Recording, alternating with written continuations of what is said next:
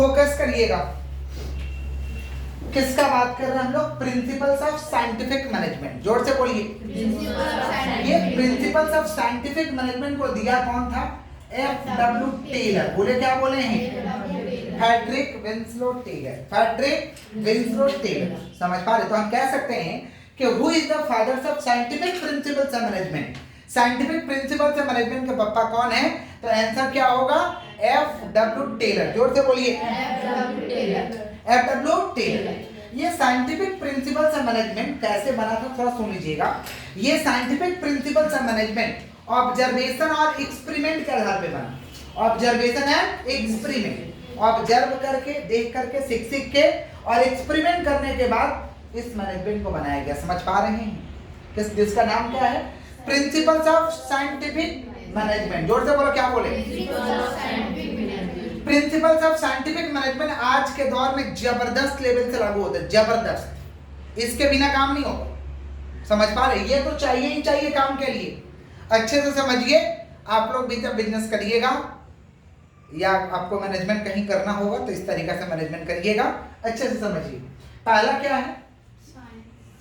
Science not rule of thumb. बोले क्या बोले? जोर से बोले, क्या बोले? Science not rule of thumb. Science not rule of thumb. समझ पा रहे हैं? यहाँ बोला जा रहा है कि भाई आप कोई भी चीज साइंस पे थोपिए मत। आपका ऑर्गेनाइजेशन है, आप खुद डिसीजन लीजिए, खुद उसका नियम बनाइए कि कितना हमें काम करना है। समझ पा रहे? कितना पीस बन जाना चाहिए, कितना देर किससे काम करवाना है, ये सब माने standard of performance, standard of आप खुद तय करिए। ऐसा नहीं है कि कोई आपको तय करके दे देगा या साइंस आपको तय करके दे देगा। समझ पा रहे? आपको खुद डिसीजन लेना पड़ेगा, ये चीज को खुद आपको सेट करना पड़ेगा। इसी को हम कहते हैं science not rule of thumb. बोले क्या बोले हैं? क्लियर है कि नहीं clear? Science not rule of क्या बोलिए? थंब। क्लियर है? क्या क्या चीज आप खुद से तय करना होगा। अच्छा, रूल ऑफ थंब का मतलब होता है, rule of thumb means decision taken by manager. Decision taken by rule of thumb का मतलब होता है कि भाई मैनेजर के जरिए डिसीजन होना चाहिए कि कौन सा काम कितना देर में करना है, क्या चीज हम करेंगे, हमारा काम का बेंचमार्क क्या होगा, स्टैंडर्ड ऑफ परफॉर्मेंस क्या होगा, ये खुद से हम लोगों को तय करना है। सर एक बात करना था आपसे। सर बोल रहे थे मेरे भाई। फोकस करिए। तो साइंटिफिक मेथड कहता है कि भाई साइंस पे कुछ मत फेंकिए। ऐसा नहीं है कि आपको कोई बना के देगा। आपका ऑर्गेनाइजेशन आपको खुद से डिसीजन लेकर के एक तो आपको नियम बनाना पड़ेगा। इसी को हम कहते हैं science not rule of thumb. बोले क्या बोले? अच्छा, सच बात है कि नहीं? आपका ऑर्गेनाइजेशन का कोई दूसरा कोई नियम बना के देगा? खुद बनाना पड़ेगा। समझ पा रहे? खुद डिसीजन लेना पड़ेगा। क्या क्या चीज हम लोग को खुद से डिटरमाइन करना पड़ेगा, सुन लीजिए। To determine standard time required to do a job. एक समय को करने के लिए, एक काम को करने के लिए कितना समय होना चाहिए। मैंने पहले टाइम स्टडी करिए। कौन सा स्टडी? फिर हमें कितना, समझ पा रहे हैं, दिन देना है, कितना समय देना है, फेयर डे ऑफ वर्क क्या होगा। समझ पा रहे? फिर आपका मेथड को तय करिए कि कौन सा मेथड से करेंगे, कौन सा मेथड से करेंगे, और उसके लिए हमारा प्रोडक्ट को बनाने के लिए जो भी हम काम कर रहे हैं उसको बनाने के लिए क्या हमारा स्टैंडर्ड टूल्स होगा, टेक्निक्स होगा, इक्विपमेंट होगा, ये सब वर्किंग कंडीशन क्या होगा, आप ये खुद तय करिए। साइंस ही आपको बताने वाला नहीं है। इसीलिए बोला जा रहा है science not rule of thumb. Clear है क्या? आगे बढ़े। Harmony not Discord. देखिए, किसी भी ऑर्गेनाइजेशन में दो ग्रुप है, एक है मैनेजमेंट ग्रुप और एक है worker group. Management group dissatisfied रहता है, ये वर्कर लोग, ये लोग को कम आता है, हम लोग से लेवल नीचे रखता है, ये लोग का सोच ही कितना है, वर्कर है वर्कर। मैनेजमेंट ग्रुप ऐसा सोचता है। वर्कर ग्रुप सोचता है कि हम लोग सारा काम करते हैं, ये लोग पैसा लेके चल जाता है। तो दोनों में यहाँ पे देखिए सोच का डिफरेंस हो रहा है। तो F.W. टेलर का कहना था कि ये चीज नहीं होना चाहिए। समझ पा रहे? दोनों ग्रुप में, मैनेजमेंट और वर्क ग्रुप, दोनों ग्रुप में अंडरस्टैंडिंग होना चाहिए, हार्मोनी होना चाहिए, भाईचारा होना चाहिए, और दोनों ग्रुप को एक दूसरे का इंपॉर्टेंस को समझते हुए काम को करना चाहिए। नहीं तो फिर राइवल करते रह जाएंगे, झगड़ा करते रह जाएंगे, और ये सब चीज जब मन खराब रहेगा तो काम ठीक से नहीं होगा। इसलिए बोला जा रहा है कि हार्मोनी नॉट डिस्कॉर्ड। भाईचारा को खत्म मत करिए, अंडरस्टैंडिंग को खत्म मत करिए। समझ रहे हैं कि नहीं समझ रहे? दोनों ग्रुप का अंडरस्टैंडिंग। अब मैनेजमेंट ग्रुप का एक अलग इंपॉर्टेंस है, ये वर्कर ग्रुप को समझना होगा, और वर्कर ग्रुप का भी इंपॉर्टेंस है, ये मैनेजमेंट ग्रुप को समझना होगा। तब जाकर के बेहतरीन तालमेल बनेगा और तब जाकर के ऑर्गेनाइजेशन का गोल अचीव होगा। तो भाईचारा को खत्म नहीं करना है, समझे क्या बोले? इसी को कहते हैं हार्मोनी नॉट डिस्कॉर्ड। बोले क्या बोले हैं? आगे बढ़े। कोऑपरेशन नॉट इंडिविजुअलिज्म, अकेला काम करने से नहीं होगा, कोऑपरेशन के साथ काम करिए, मिलजुल करके काम करिए। समझ पा रहे? मिलजुल करके काम करने से, एक दूसरे का इंपॉर्टेंस समझने से क्या होगा कि हम लोग ज्यादा काम कर पाएंगे, ज्यादा रिजल्ट दे पाएंगे। समझ पा रहे? इसी को कहते हैं cooperation not individualism. Cooperation not individualism, अकेला काम करने से मिलजुल करके काम करना है। समझ पा रहे? एक दूसरे के साथ कोऑपरेट करके काम करना है ताकि रिजल्ट ज्यादा अचीव हो। समझे कि नहीं समझे? बोलते हैं ना ऑर्गेनाइजेशन में सब अपना जैसा, सब हम लोग करते हैं मन लगाकर। यही हो रहा, कोऑपरेशन नॉट इंडिविजुअलिज्म। कोऑपरेशन, अब मान लीजिए कोई एक जन काम कर रहा है, 3 जन फाकी मार रहा है, 3 जन उससे गुस्सा है, काम होगा बढ़िया से? नहीं होगा। इसी को बोला जाता है कोऑपरेशन नॉट इंडिविजुअलिज्म। आगे बढ़े। नेक्स्ट क्या हम लोग का? Maximum output in place of restricted output. ये तो मेरा फेवरेट है, ये लाइन जो है मेरा थोड़ा जबरदस्त लेवल का फेवरेट है। Maximum output in place of restricted output. किसी भी एम्प्लॉय को, और सभी लोग हम कहते हैं, सभी लोगों को, मेरे लिए भी यही लागू होता है, सबके लिए यही नियम लागू होता है कि जितना टारगेट मिले उससे ज्यादा काम करो। बाउंड्री लेस होकर काम करिए कभी भी। पगार मैटर नहीं करता है, सैलरी मैटर नहीं करता। पहले इसका मतलब समझा दे तब हम अपना बात बोले। Maximum output in place of restricted output. Scientific principle से मैनेजमेंट कहता है कि जितना टारगेट मिले उतना काम मत करो, टारगेट को भेद दो और टारगेट से ज्यादा काम करो।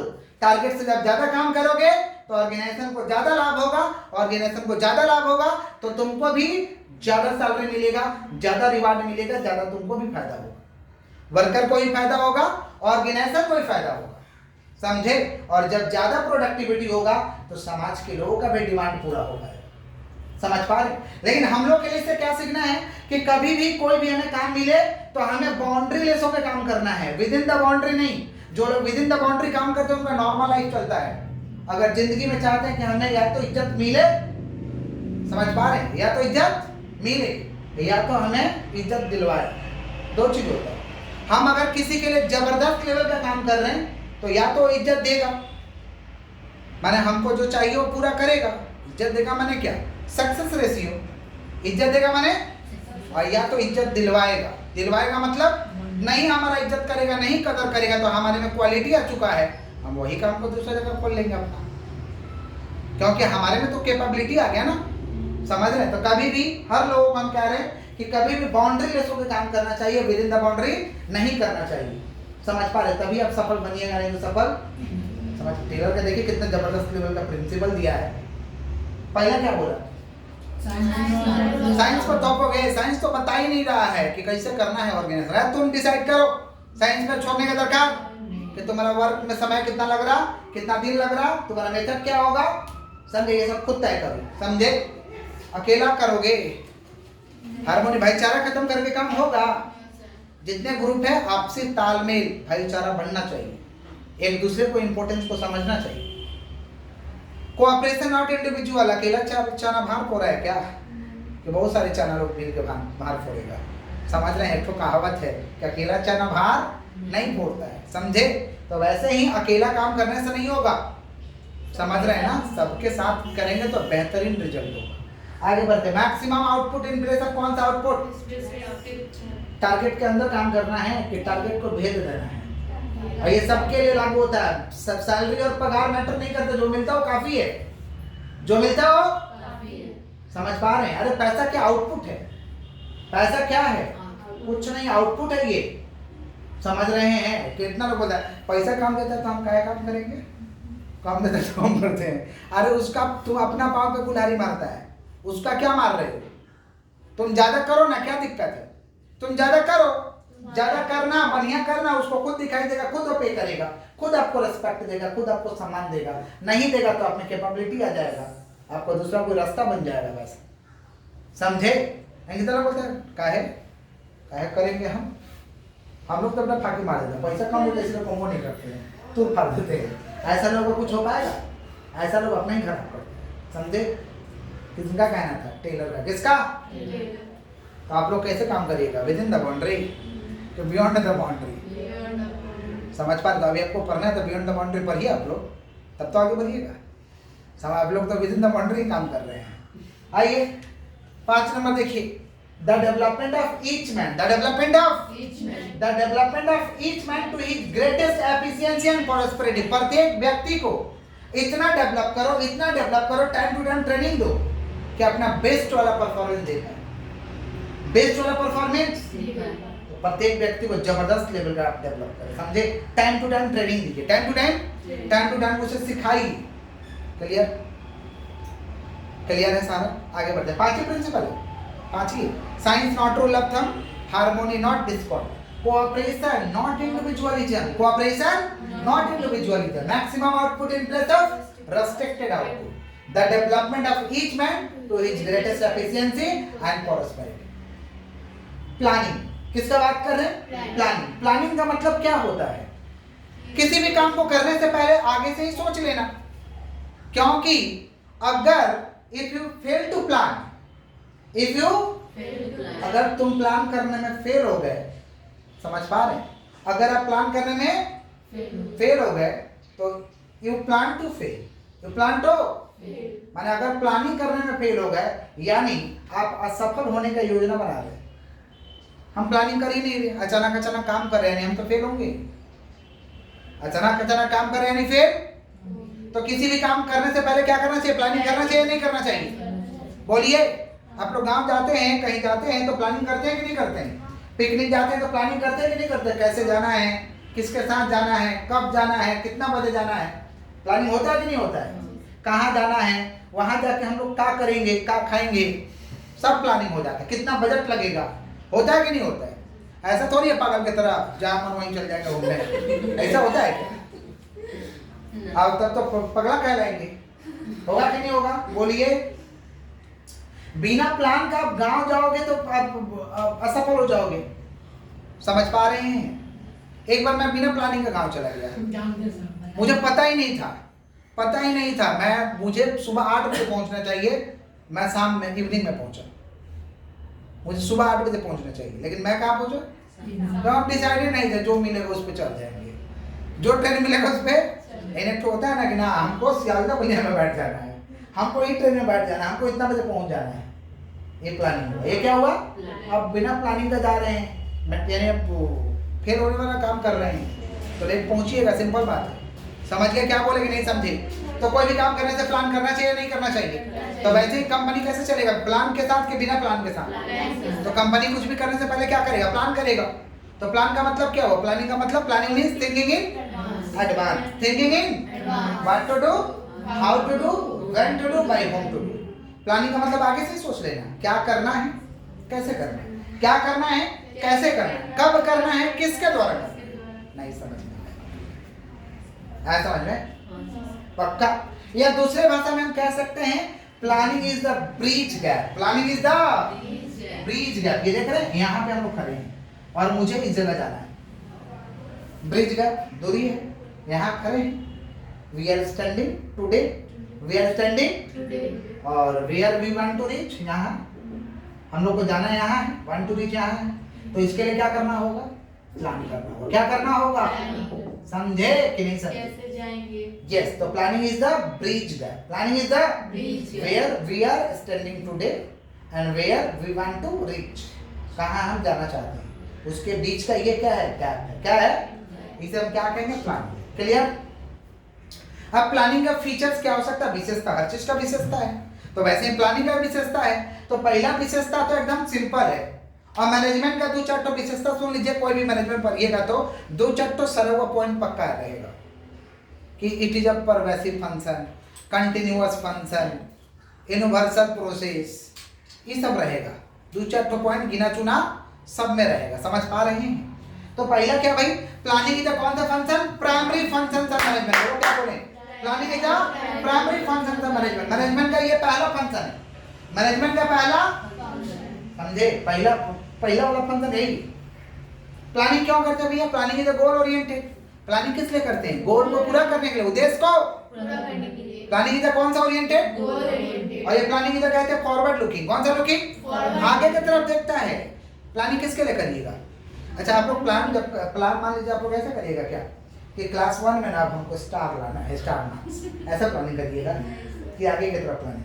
आगे की तरफ। तो प्लानिंग इधर कौन सा लुकिंग? Forward looking. कौन सा लुकिंग? Forward कभी looking। पास्ट का नहीं होता है ये, समझे?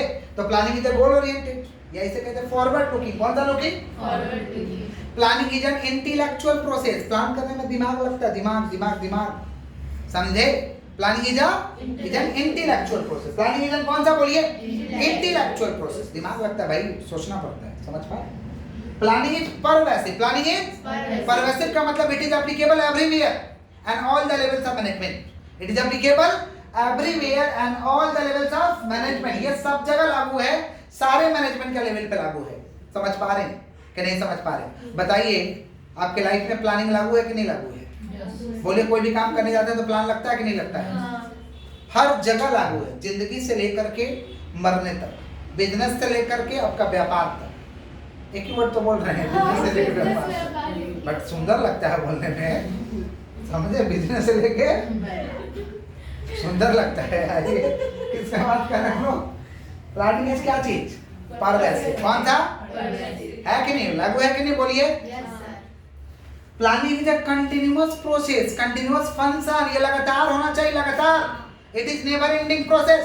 इट इज नेवर एंडिंग, लगातार होना चाहिए, नहीं तो गड़बड़ हो जाएगा काम, समझे? ये लगातार होना चाहिए, क्योंकि नए नए काम आएंगे, नए नए प्लान आएंगे, समझे? प्लानिंग इज कौन सा फंक्शन? कंटिन्यूअस। कौन सा?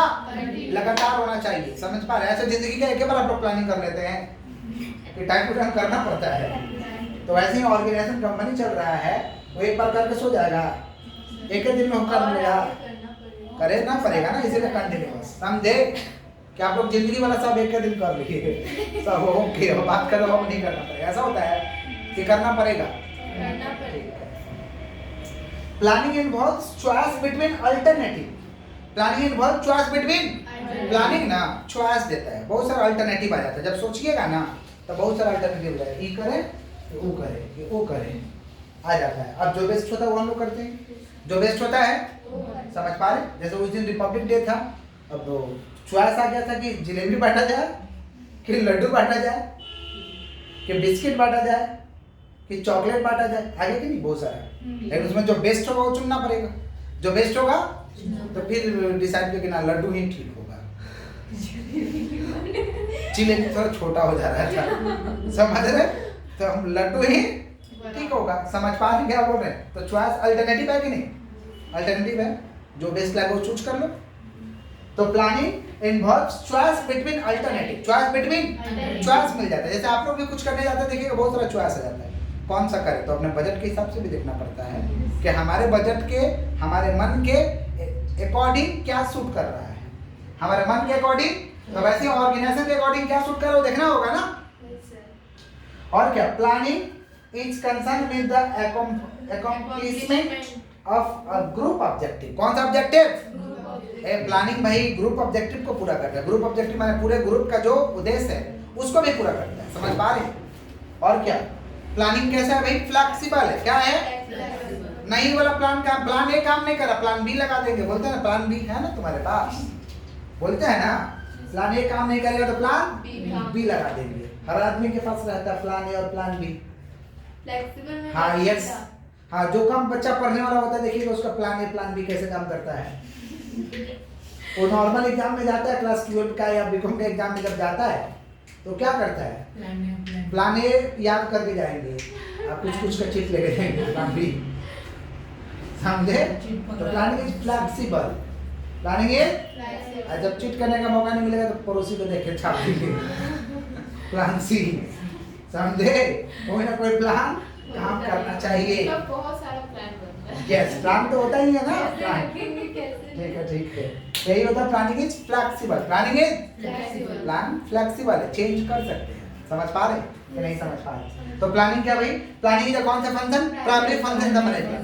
पहला फंक्शन कौन सा? ओरिएंटेड, गोल ओरिएंटेड, परवेसिव, हर जगह लागू, इंटेलेक्चुअल प्रोसेस, दिमाग रखता है, कंटीन्यूअस फंक्शन। इंटेलेक्चुअल को मेंटल एक्टिविटी भी कहते हैं। क्या कहते हैं? Mental activity. प्लानिंग इन्वॉल्व कौन सा choice between two alternative. Planning is concern with the accomplishment of group objective. Planning is flexible. Planning is आगे बढ़े. अच्छा फीचर्स तो समझ गए. हर चीज का भाई विशेषता, एडवांटेज, डिसएडवांटेज तो होता ही है. हर चीज का डिसएडवांटेज है कि नहीं. जैसे चीनी खाएंगे तो एडवांटेज है कि मीठा लगेगा, अच्छा लगेगा थोड़ा, लेकिन डिसएडवांटेज भी तो है उसमें ना. डिसएडवांटेज मिर्ची लगता है आपको. मीठा खाने से, मीठा खाने से ज्यादा बीमारी हो सकता है आपको, दांत खराब हो सकते हैं आपके, समझे, ब्लड में प्रॉब्लम हो सकता है ज्यादा मीठा खाइएगा. डिसएडवांटेज. एडवांटेज है कि बहुत अच्छा लग रहा है, आत्मा तृप्त हो रहा है, मीठा चीज है कि नहीं. तो हर चीज का एडवांटेज है तो डिसएडवांटेज. तो प्लानिंग का फायदा तो है, कहीं ना कहीं कुछ नुकसान भी है. समझ पा रहे क्या नुकसान है ये देखते हैं. इनएक्यूरेसी. प्लानिंग जो करते हैं 100% सही हो जाता है. प्लान तो बहुत करते हैं, सब सही हो जाता है. इनएक्यूरेसी रहता है. समझ पा रहे. इनएक्यूरेसी जरूरी नहीं है कि हम जो प्लान कर रहे हैं वो सफल ही हो जाए. इनएक्यूरेसी प्लान करने में समय लगता है, टाइम कंज्यूमिंग, महंगा पड़ता है, महंगा, कॉस्टली अफेयर. कौन सा कॉस्ट. अच्छा रजिस्ट्री बढ़ा दे रहे. कॉस्टली अफेयर कौन सा. प्लानिंग के आंडू पांडू लोग करेगा, जनता लोग प्लानिंग करेगा तो जनता वाला ही प्लानिंग करेगा ना. प्लानिंग करने के लिए एक्सपर्ट बुलाते हैं. क्या बुलाते हैं. एक्सपर्ट तो पैसा लेगा ना, फ्री में तो काम नहीं करेगा. तो इसीलिए कॉस्टली अफेयर. कौन सा. समझे. नॉर्मल बच्चा से प्लानिंग करवाइएगा, प्लान कर देगा कि वाटे लगा देगा, आपको बर्बाद कर देगा. हाँ कुछ लोग ऐसा प्लानिंग करता है कि इसको बर्बाद करना है. समझे, समझ रहे नहीं. बहुत है खतरनाक लोग है. खतरनाक लोग का कमी थोड़ी है, एक से एक लोग है. समझ पा रहे. यस. और मेरा स्टाफ लोग है, एक से एक प्लानिंग देता है हमको. इस बार मेरा स्टाफ लोग बोल रहा है खतरनाक, मैंने बर्बाद करने वाला एक एक हिसाब रहता है. बोल रहा लोग कि अच्छा इस बार भंडारा करा दिया तो कैसा रहता. सरस्वती पूजा में देखिए बर्बाद करने वाला काम करवा देगा, उसको मैनेज की करेगा. पहला चीज ये होता है, ऐसी पूजा पाठ का झंझट रहता है. तो रेडीमेड चीज डिस्ट्रीब्यूट करने में ठीक है, रेडीमेड. अब तुम उसको होममेड बनाएगा, माने उसके लिए लेबर लगेगा, वो करेगा कि नहीं करेगा, तुम करेगा कि नहीं करेगा. क्योंकि छुट्टी छठा का दिन है, तुम तो बोलेगा हम छुट्टी पे क्या काटे, कहे तुम तो लेबर है. अभी तो बोल रहे हैं मालिक लोग बोलते हैं हम क्या खटे. नौकर लोग क्या बोलता है, माने कर्मचारी लोग, खराब बात हम बोल रहे हैं, क्या बोलते हैं क्या खटे, छुट्टियाँ तो नहीं खटेंगे. तो तुम तो खटेगा नहीं, और खटेगा नहीं तो प्रॉब्लम तो क्रिएट करेगा ना. समझ पा रही क्या बोल रहे हैं, नहीं समझ पा रही. तो बात यही सब है. तो कॉस्टली अफेयर, लेकिन जानते ही हैं कैसा होता है लोग. समझ रहे हैं. तो स्टाफ लोग का हम अगर सुन लेंगे तो पागल ना हो जाएंगे. तो हम हंसते, हम क्या बोले, कुछ नहीं बोलते. अरे मुझे जो करना है तो हम ही करेंगे ना, बट हंसते वो लोग का बात सुनकर, और क्या कर सकते हैं, बेवकूफ़ी वाला बात खाली. आइए तो इनएक्यूरेसी. कौन सा. Inaccuracy. Time consuming. Costly affair. Rigidity का मतलब क्या होता है. प्लानिंग जो होता है कभी कभी रिजिडिटी हो जाता है. समझ पा रहे. रिजिडिटी माने वो फॉलो करना ही पड़ेगा, ऐसा करना ही पड़ेगा. ये भी एक नुकसान है ना. रिजिडिटी समझ पा रहे कि फॉलो करना ही पड़ेगा, कोई उपाय नहीं है हमारा. ये भी एक नुकसान है कि उसको फॉलो करना है. एटीट्यूड ऑफ मैनेजमेंट का एटीट्यूड कभी कभी गड़बड़ हो जाता है. जैसे मान लीजिए प्लान हो गया, ऊपर से ऐसे करना है, मैनेजमेंट वाला. अब देखिए भाई, लागू करने के लिए किसी चीज को आपको पूरा प्रिपेयर होना पड़ता है, पूरा आपका टीम प्रिपेयर होना चाहिए, नहीं तो आपको लागू नहीं हो पाएगा. तो मैनेजमेंट वाला लोग क्या बोला, प्लानिंग हटाओ, नहीं करेंगे. प्लानिंग तो हुआ लेकिन उसको फॉलो नहीं किया, मैनेजमेंट का एटीट्यूड डुबा दिया. इसको कहते हैं attitude of management. Attitude of planning prevents faulty design of planning system. Planning system भी कभी कभी फॉल्टी डिजाइन हो जाता है, गलत है. अभी वो देखिए प्लानिंग, मेरे स्टाफ लोग बोला भंडारा थोड़ा करवा दीजिए ना बोला कि कैसा रहेगा, बहुत बढ़िया है आइडिया है. हम भी हंसी रहे थे, ना बढ़िया.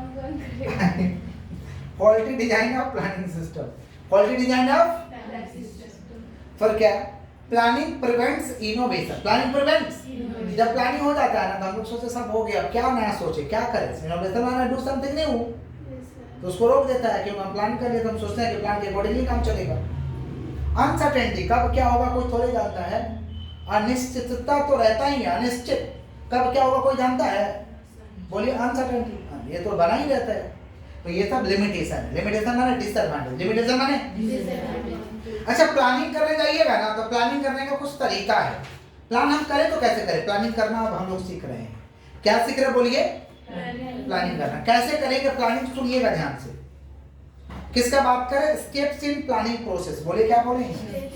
स्टेप्स इन कौन सा बोलिए?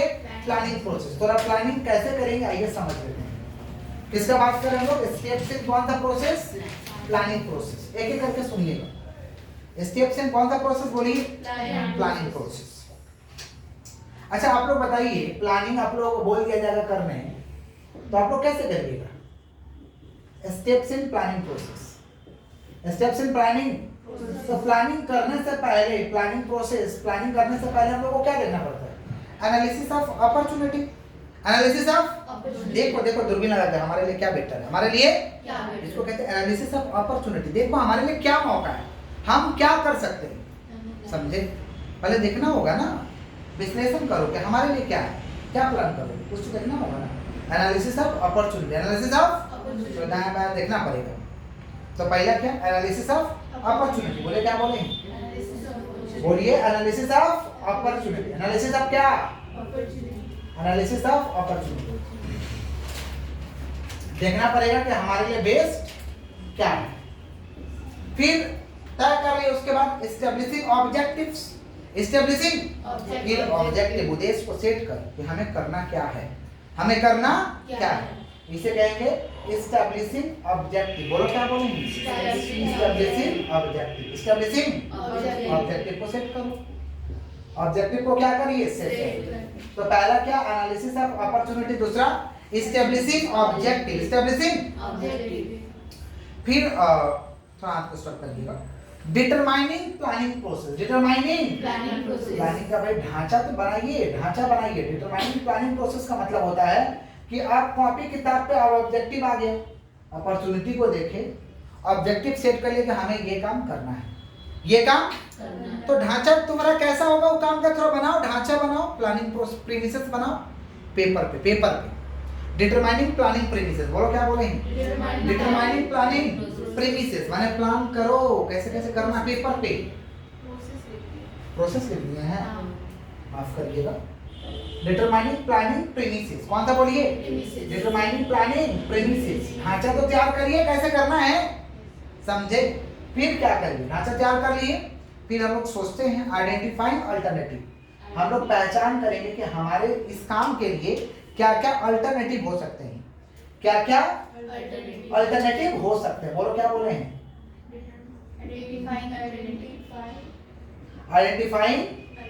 अल्टरनेटिव। आइडेंटिफाइंग क्या?